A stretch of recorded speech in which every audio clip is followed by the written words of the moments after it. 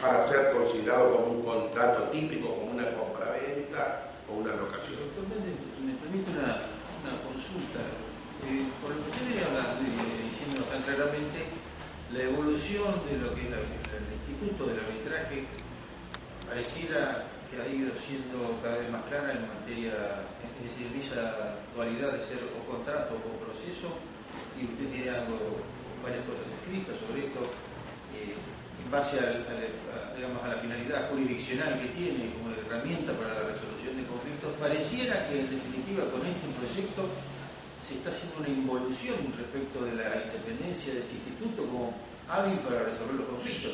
Es decir, eso es lo que usted nos está diciendo de alguna manera. De alguna manera sí, porque el arbitraje originariamente estaba contemplado en la órbita del derecho privado, como también estaba contemplado el derecho procesal, hasta que el derecho procesal logró perder su carácter privatístico en los últimos, a partir de la segunda década del siglo XIX, con los trabajos de Klein en Alemania y Austria, el código austríaco, que le fueron dando un carácter al derecho procesal, le fueron dando el carácter publicístico que hoy tiene.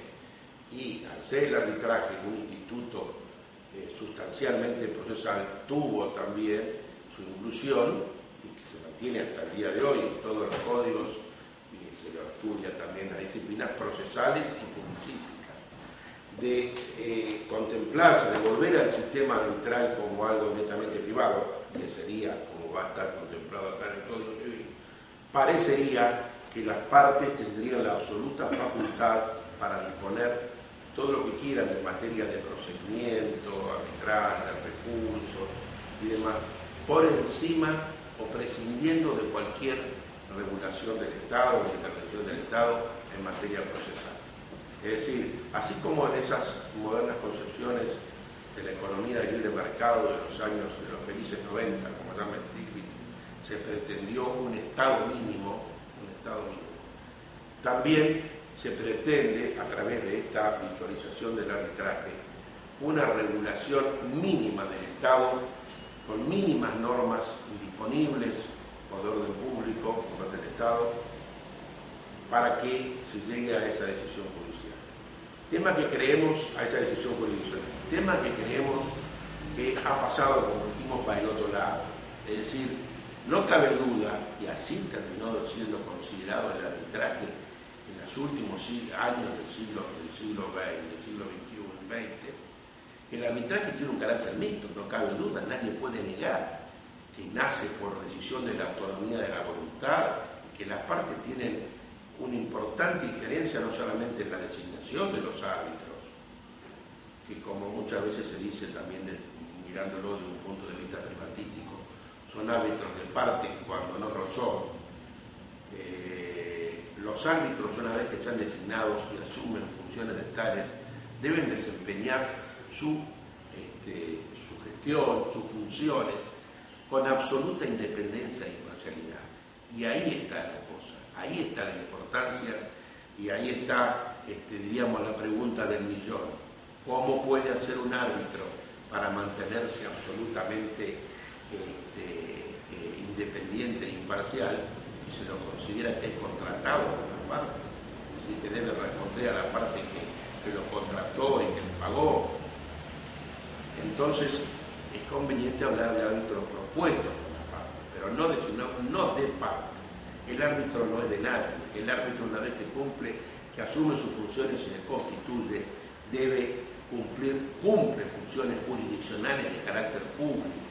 Es decir, su emplazamiento en la órbita privada, si bien no lo asemeja, al contrario, lo diferencia de un funcionario público, no impide que lo que está ejerciendo sean funciones públicas que el Estado ha resuelto delegarles a las partes, así como un notario ejerce la fe pública por delegación del Estado. Es el Estado, la ley vigente, la que le permite a las partes optar por la vía arbitral.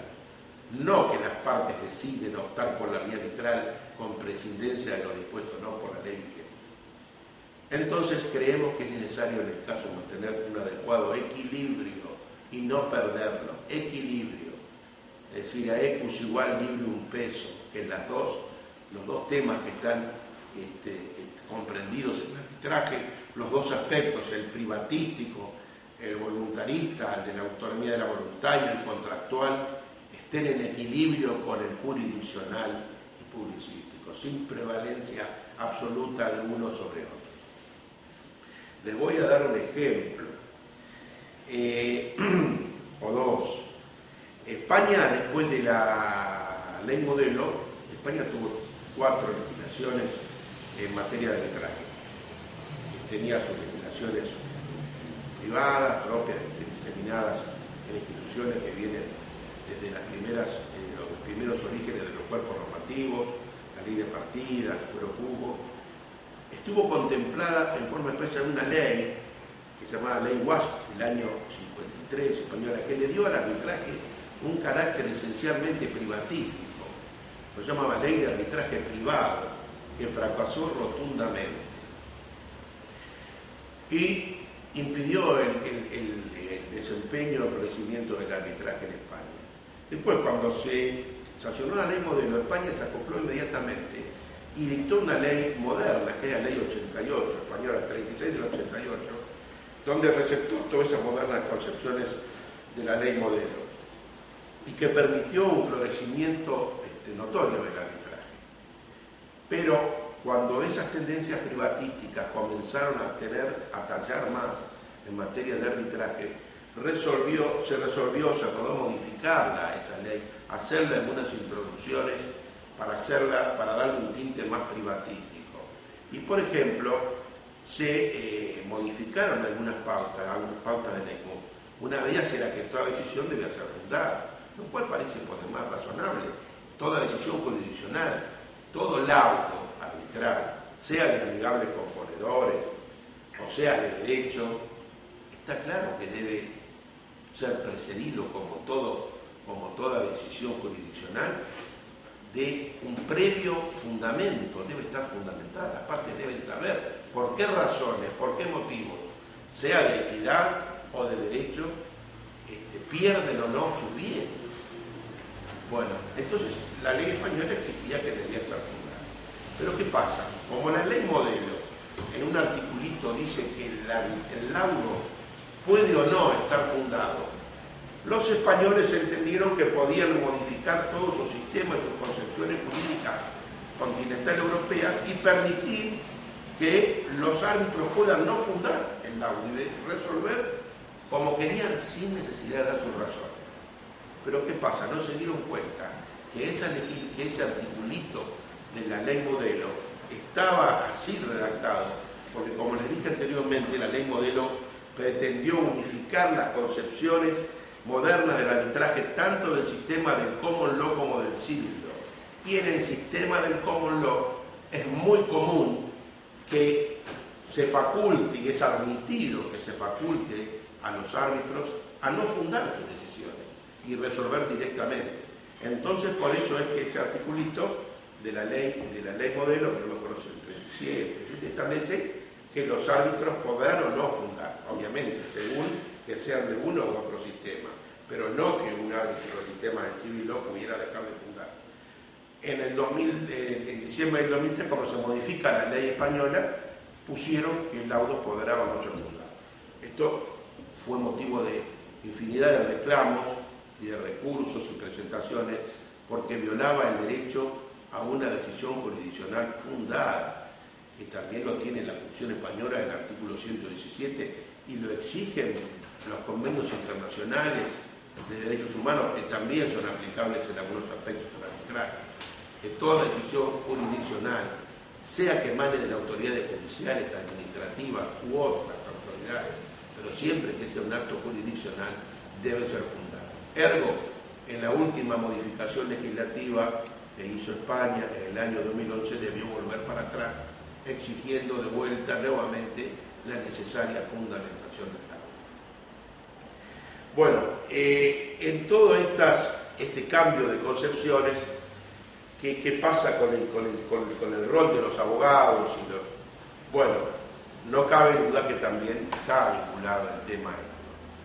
Si el arbitraje es un instituto indiscutible indiscutiblemente jurisdiccional, todo parecería indicar que en el arbitraje de derecho, donde los árbitros deben laudar y resolver como un juez, se debe ser abogado.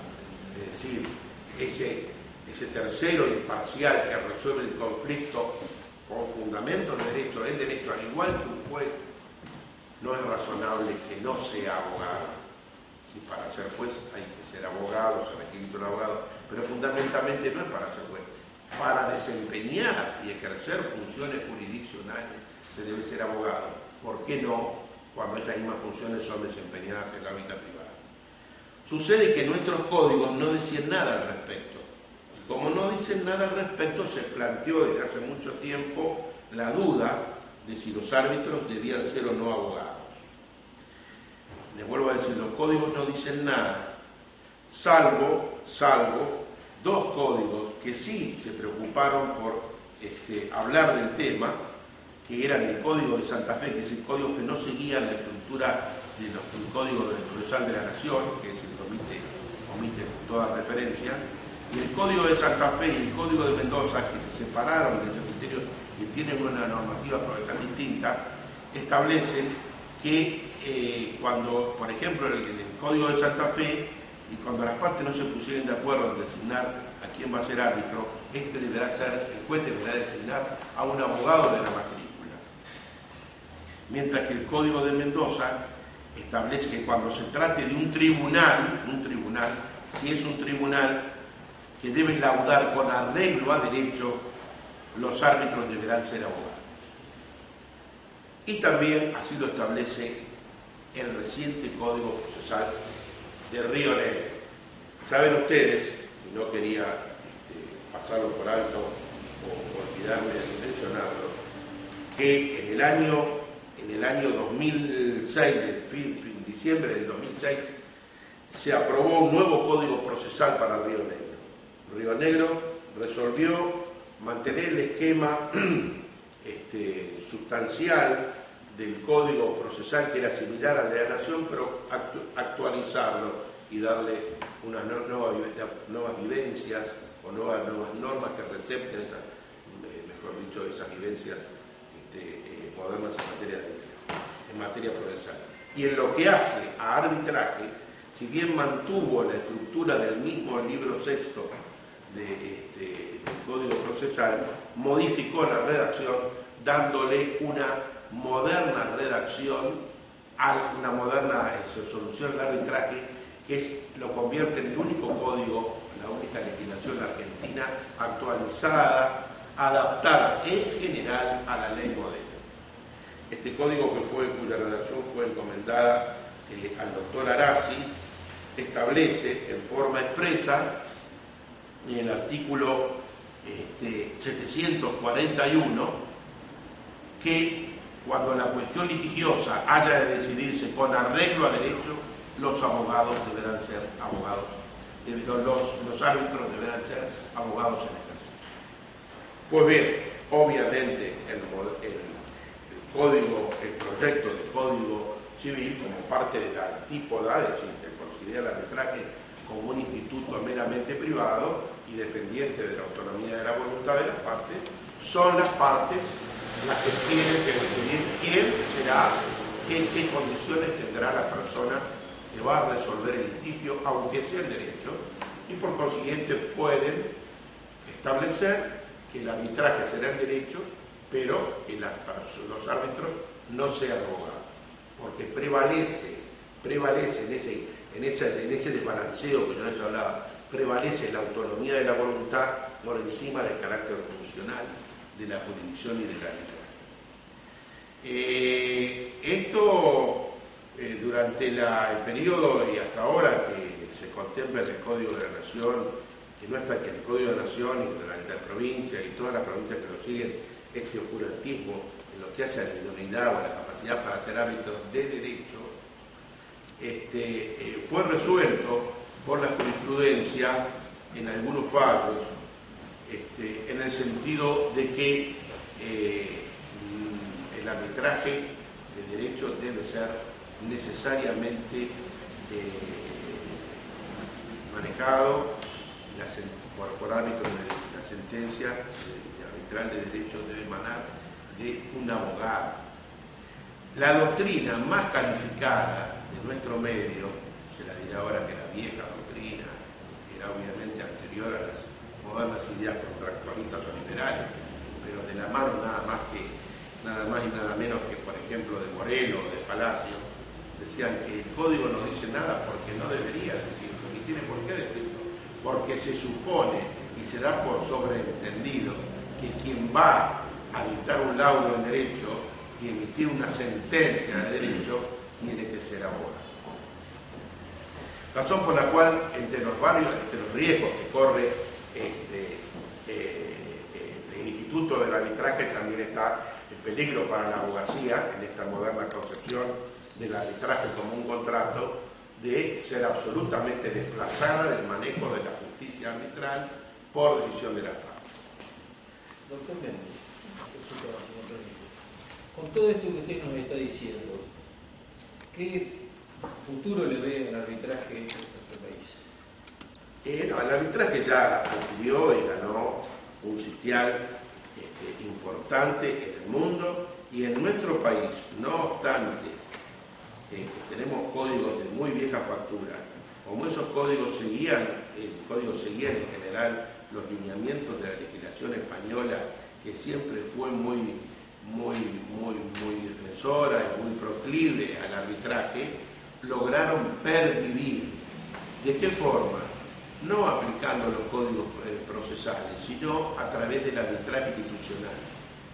Saben ustedes que en el arbitraje institucional la diferencia entre el arbitraje, hay dos clases importantes de arbitraje: el arbitraje ad hoc, que es el que está regulado en el código, en el cual las partes son las que deciden cómo va el procedimiento arbitral y cómo se va a desarrollar el arbitraje con árbitros designados por ellas, y el arbitraje institucional administrado, donde hay una entidad que es la que se encarga de administrar el arbitraje a través de un reglamento y muchas veces también de designar a los árbitros de sistemas concursales o de listas, del cual las partes pueden elegir uno, o si no designarlos directamente la entidad. Entonces, en ese sistema es mucho más, son menos las oportunidades en las que hay que recurrir a utilizar el código procesal para algunos de los supuestos que no esté previsto en el reglamento o necesariamente haya que recurrir a la justicia. En esto también cabe aclarar que la jurisprudencia de nuestro país en general ha apoyado el arbitraje, y no solamente lo ha apoyado, sino que ha considerado que es una actividad clara y marcadamente jurisdiccional. La Corte de la Nación, en fallos que algunos de los cuales tienen ya un siglo, viene diciendo que el arbitraje es voluntario por su origen, pero netamente, claramente jurisdiccional por su función y resultados. Es decir, que tiene un carácter mixto, pero marcadamente o predominantemente jurisdiccional. No sé si tenemos 10 minutitos más para seguir en algunas cosas que nos pueden importar. Hablamos antes de los anteproyectos y del proyecto de código. Saben todos que el proyecto de código tiene media sanción y que actualmente el Senado está siendo analizado en diputados. No sabemos si se va a aprobar o no, pero creemos que esta regulación del arbitraje en el Código Civil suscita y tiene también, además de su inconveniencia y su crítica desde el punto de vista filosófico, una objeción constitucional que es fundamental.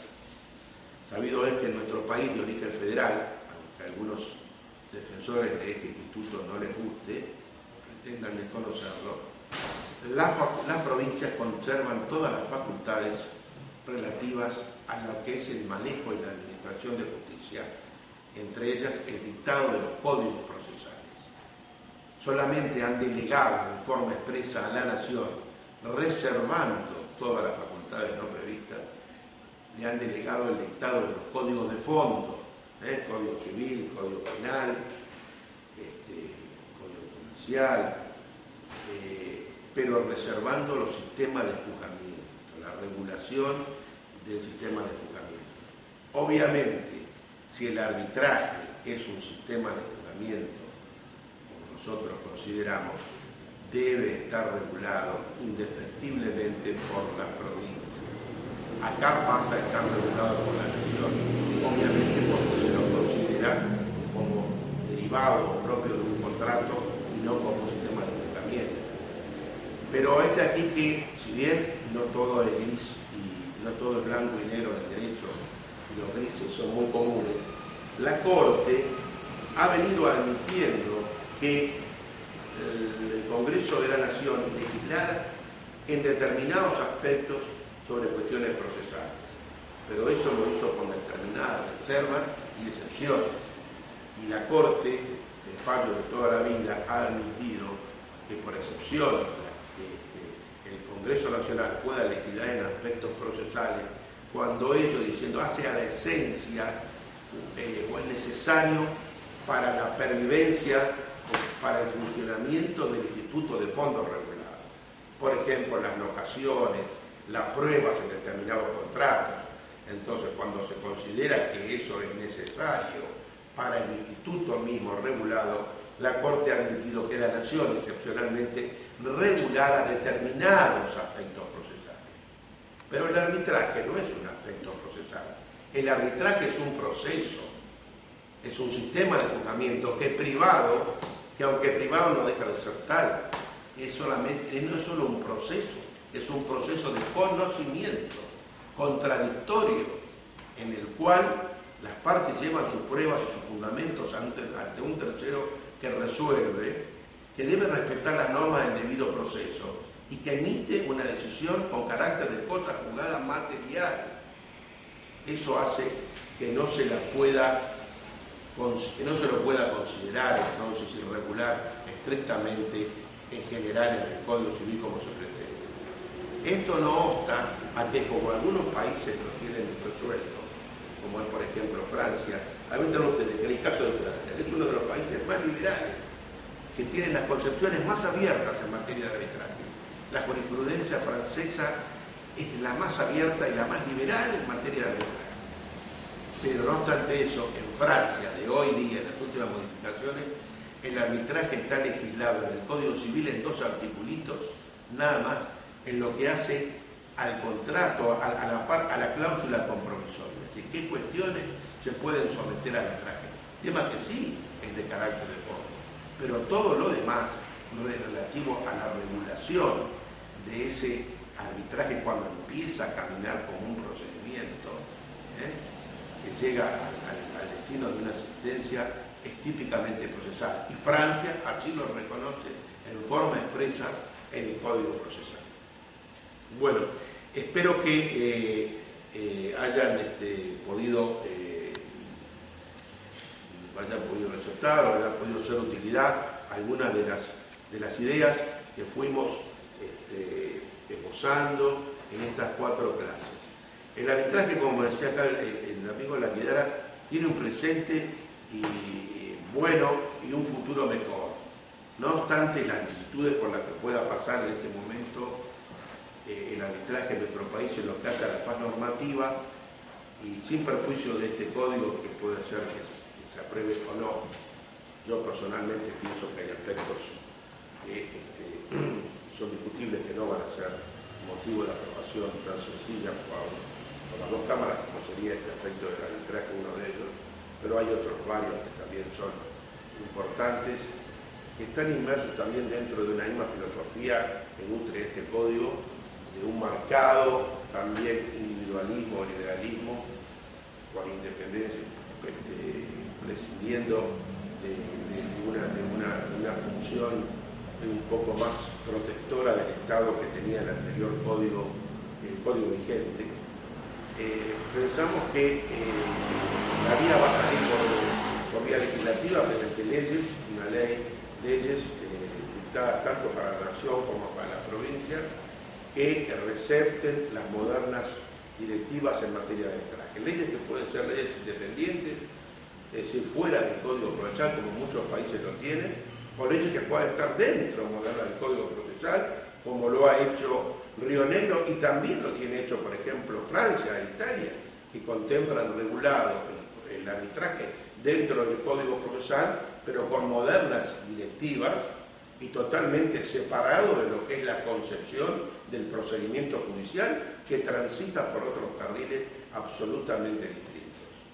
El hecho de que el arbitraje esté regulado en un código procesal o en una ley de carácter procesal independiente no le hace perder la esencia y el carácter fundamental de su función, que es tendiente, marcadamente jurisdiccional, tendiente al dictado de una resolución definitiva que resuelva ese conflicto que las partes le han llevado, igual que como lo podría hacer un juez.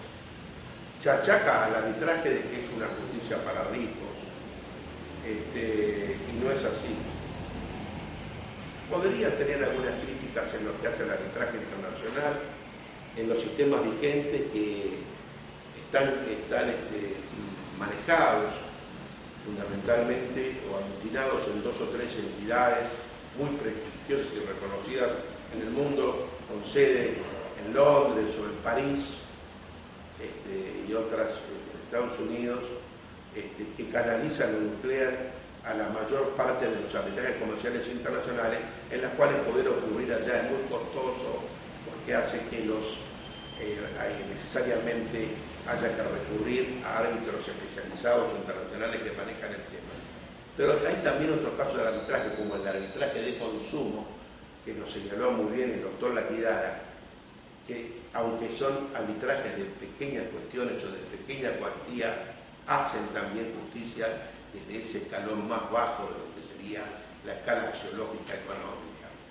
Y entonces el Estado se ha preocupado, y hay arbitraje de consumo no porque las partes se preocupen, sino porque el Estado se ha preocupado en poner a disposición de las partes esta justicia privada, más irritual, pero justicia también para las cuestiones derivadas del derecho del consumo, en los cuales, por ejemplo, una de las características es que los costos es gratuito, a diferencia del arbitraje común, en el que, como ustedes saben, el arbitraje en general tiene que ser autofinanciable, es decir, como no hay jueces, ninguno que cobra sueldo del Estado, los costos del arbitraje, los honorarios de los árbitros deben ser solventados por las partes. Así sucede en el arbitraje internacional y en todos los arbitrajes aún internos, salvo en estos casos el arbitraje de consumo, que aunque el Estado establece la gratuidad del trámite y soporta ciertos costos del mantenimiento del sistema, no deja de perder por ello el carácter esencialmente jurisdiccional propio del arbitraje. Bueno, quedamos a su disposición. Esto va a estar levantado en la página web, donde ustedes pueden consultar tanto como la anterior charla. No quiero dejar de finalizar la charla en hacer un pequeño recordatorio, triste pero de obligada formulación. Ha fallecido en el día de hoy, lamentablemente, el doctor Héctor Diego Furlon, distinguido colega, prestigioso abogado de Bahía Blanca, que ha ocupado los cargos más importantes en la abogacía argentina, no solamente en Bahía Blanca, sino también en la FACA y en la órbita internacional. El doctor Furlon, que nos ha dejado en el día de hoy, lamentablemente, ha sido uno de los dirigentes más importantes de la abogacía argentina de todos los tiempos. Queremos rendir un homenaje a su memoria, al afecto que le teníamos y a su familia, y señalarle que siempre va a estar permanente en nuestro recuerdo. Buenas tardes.